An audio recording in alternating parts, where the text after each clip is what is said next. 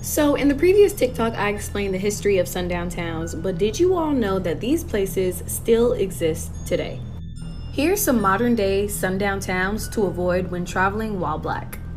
First up on the list is Kentucky.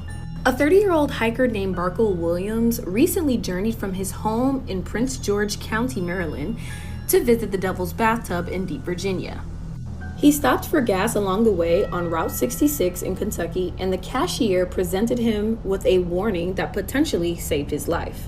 She told him, "You best not be around here after dark. This is a sundown town."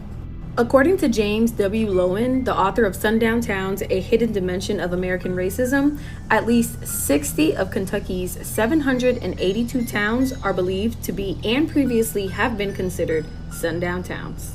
Number 2 on the list is Missouri. In 2017, the NAACP issued a travel warning for the entire state of Missouri. The decision was in response to a bill designed to limit discrimination lawsuits by making changes to the Missouri Human Rights Act.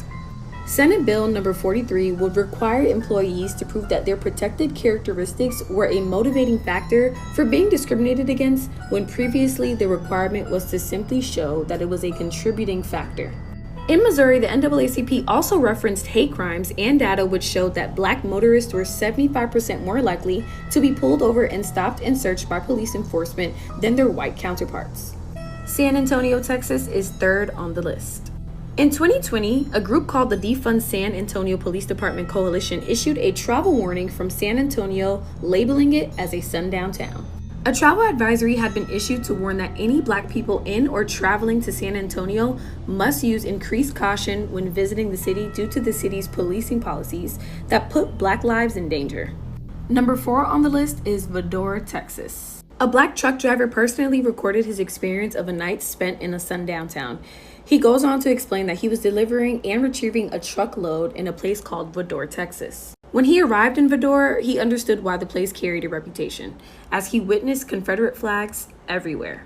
He said there was even a sculpture of a black man wrapped in a Confederate flag hanging from a tree.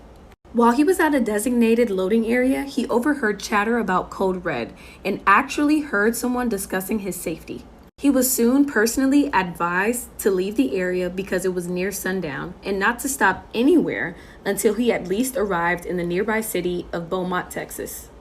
Comment below any sundown towns that you know of, and I'll list more in part 3. Stay tuned.